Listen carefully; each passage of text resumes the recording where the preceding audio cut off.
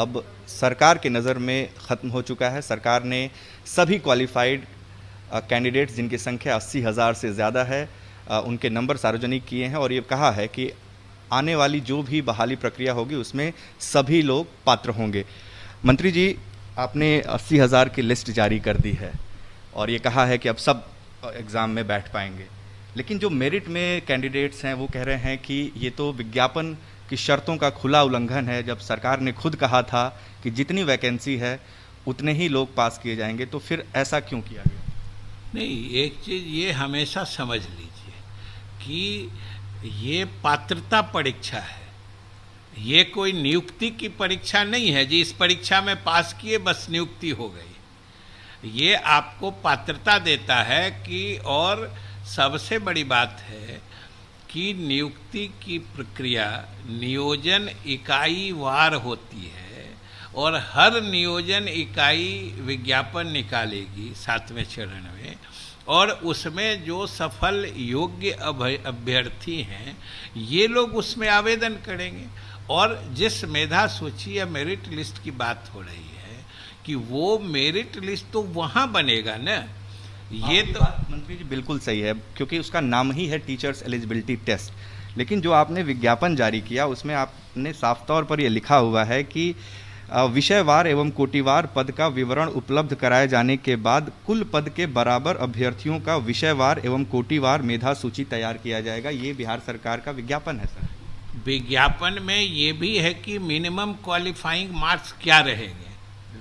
तो qualifying marks, जिनको qualify करने का मार्क्स आ गया तो हम उनको क्वालिफाइड नहीं डिक्लेयर करें। मेरिट लिस्ट तो अपनी जगह पर है, लेकिन हमने उसी विज्ञापन में ये भी कहा है कि जिनको इतना प्रतिशत, सामान्य के लिए 50 और रिजर्व के लिए 45% मार्क्स है, ये क्वालिफाइंग मार्क्स होगा। तो जिनको इतना मार्क्स आ गया तो हम उनको क्वालिफाई डिक्लेयर नहीं करें। जब सरकार के विज्ञापन में ही ये भी बात है तो वो क्वालिफाइड है, और जो क्वालिफाइड है, और आप अभी तो ये तो 19 की बात है, लेकिन पद के बराबर ही तो संख्या, ये तो 19 की बात है। अभी तो 2011 के जो पास हैं सरकार, केंद्र सरकार के फैसले के मुताबिक उनकी भी पात्रता बन गई है। तो इसमें तो वैकेंसी के बराबर तो लिस्ट वहाँ बनता है ना जहाँ पर नियुक्ति की प्रक्रिया होती है, यहाँ तो पात्रता की प्रक्रिया है। इसलिए ये फर्क हमेशा समझा जाना। माध्यमिक शिक्षा के निदेशक ने बिहार बोर्ड को ये लेटर लिखा था 30 सितंबर 2019 को, और उसमें उन्होंने साफ लिखा था कि इस क्रम में यह भी सूचित करना है कि माध्यमिक शिक्षक पात्रता परीक्षा 2019 में माध्यमिक और उच्च माध्यमिक प्रक्षेत्र अंतर्गत विभाग द्वारा माध्यमिक शिक्षक पात्रता परीक्षा 2019 के लिए उपलब्ध कराई गई रिक्तियों के बराबर अभ्यर्थियों को उत्तीर्ण कराया जाए। इसका मतलब साफ है कि जितनी 37,000 वैकेंसी थी उतने लोगों को ही आपको पास कराना था सर। आपने कहा कि ये पात्रता परीक्षा है, मेरिट इसमें नहीं था, लेकिन ये हाई कोर्ट में बिहार बोर्ड ने ये काउंटर दिया हुआ और इसमें साफ लिखा हुआ है कि that STET 2019 had not been a qualifying examination, rather it is in the nature of competitive examination to select the best teacher। Sir ये सारी बातें तो आपने ही कही हुई हैं सर। आप ये बात दूसरी बार बोल रहे हैं और हम भी आपको वो चीज़ दूसरी बार बता रहे हैं कि ये तो मेरिट जो है, कोई भी बताइए कि कोई भी परीक्षा होती है उसमें जो अंक आते हैं तो उसके आधार पर मेरिट लिस्ट बनता है कि नहीं बनता है, उसके आधार पर मेरिट लिस्ट बनता है। लेकिन वो मेरिट लिस्ट किस चीज़ के लिए है? वो पात्रता का मेरिट लिस्ट है ना, नियुक्ति का मेरिट लिस्ट नहीं है। ये फर्क समझना चाहिए। और ये सही है कि उस समय जो कहा गया था, कभी कभी ये अनुमान होता है कि उतने लोग आते, अभी भी बहुत सारे आप देखे होइएगा जो डिटेल हम लोग कोटिवार दिए हैं उसमें से बहुत जगह सीट के मुताबिक लड़के क्वालिफाई ही नहीं कर पाए, ये भी उस डिटेल में है।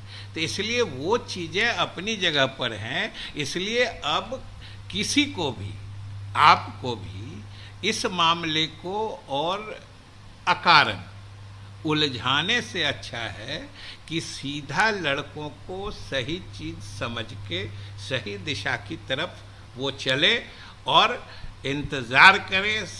क्वालिफाइड लड़के हैं, मेरिट वाले लड़के हैं, हम सब लोग, वो बिहार के भविष्य हैं, शिक्षा विभाग के भविष्य हैं।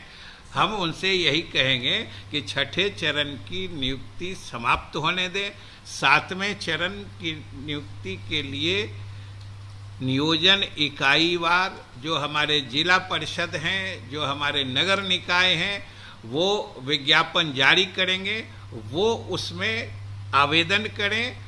उस हिसाब से अब ये बताइए कि कोई आदमी नियोजन में कहीं भी मेरिट लिस्ट में है, अगर नियोजन इकाई विज्ञापन निकालती है और वो कहीं अप्लाई नहीं करें तो उनकी नियुक्ति हो जाएगी?